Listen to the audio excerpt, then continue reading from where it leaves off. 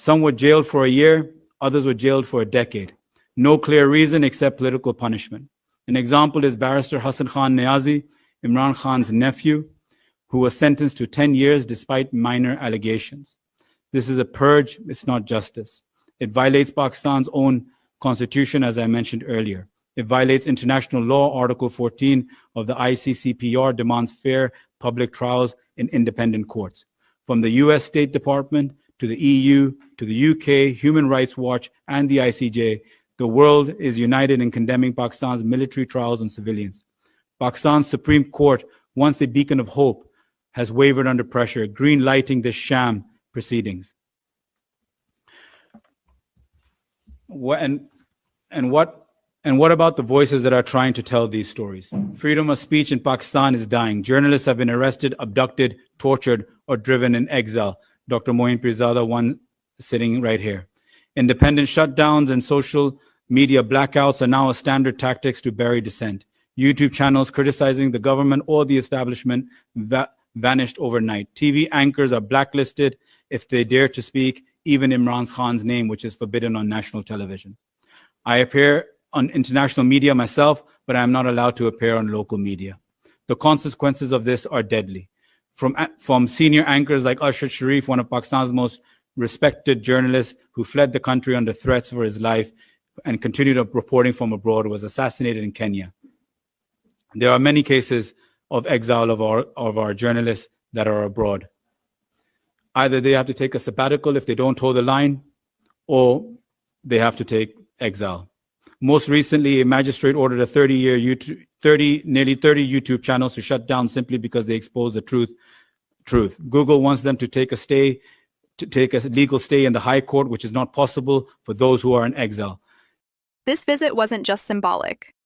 It was a direct challenge to the narrative pushed by Pakistan's establishment, and it forced U.S. lawmakers to confront uncomfortable. What we're witnessing right now is historic.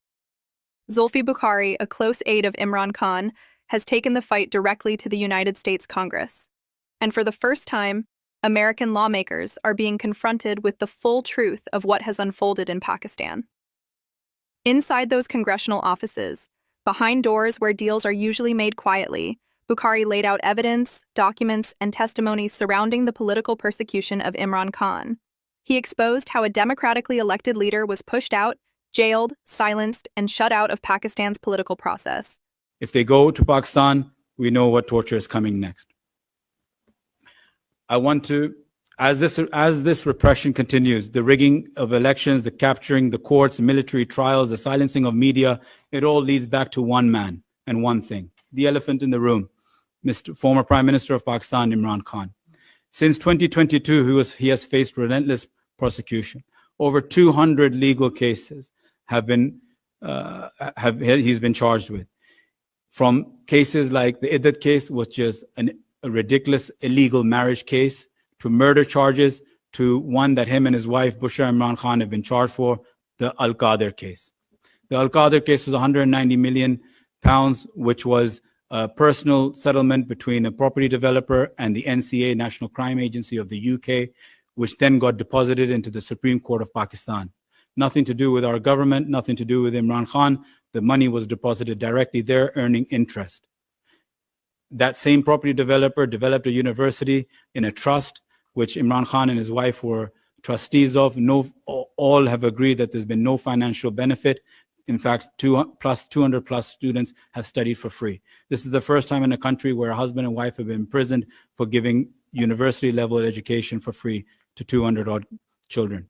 Abduction, breaking into homes, trashing of their personal property, abduction of children, torture, using women as a tool to get the politicians and the men out to surrender themselves is the first time we've seen this in Pakistani history. On November 26, more known as the Islamabad massacre, Pakistani people took to the streets to protest peacefully. In exchange, they were met with an iron fist. 12 people were killed.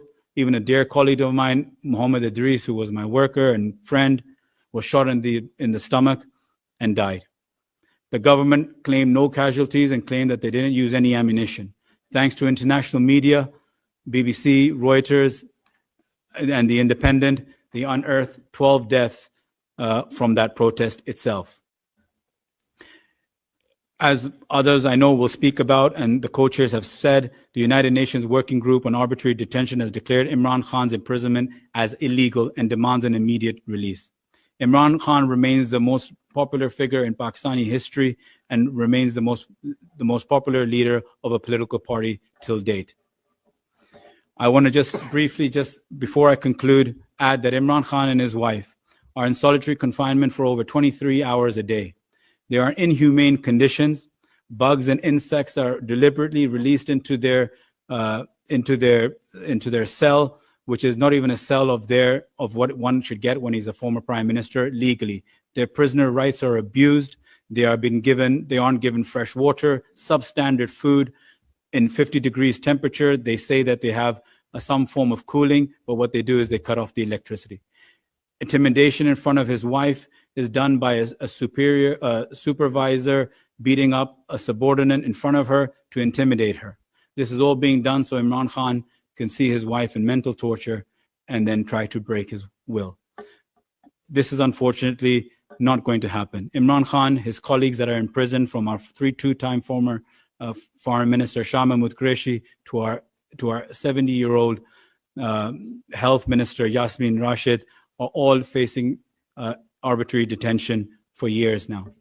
I call upon all the esteemed members here today. The choice is clear. We either let it slide into further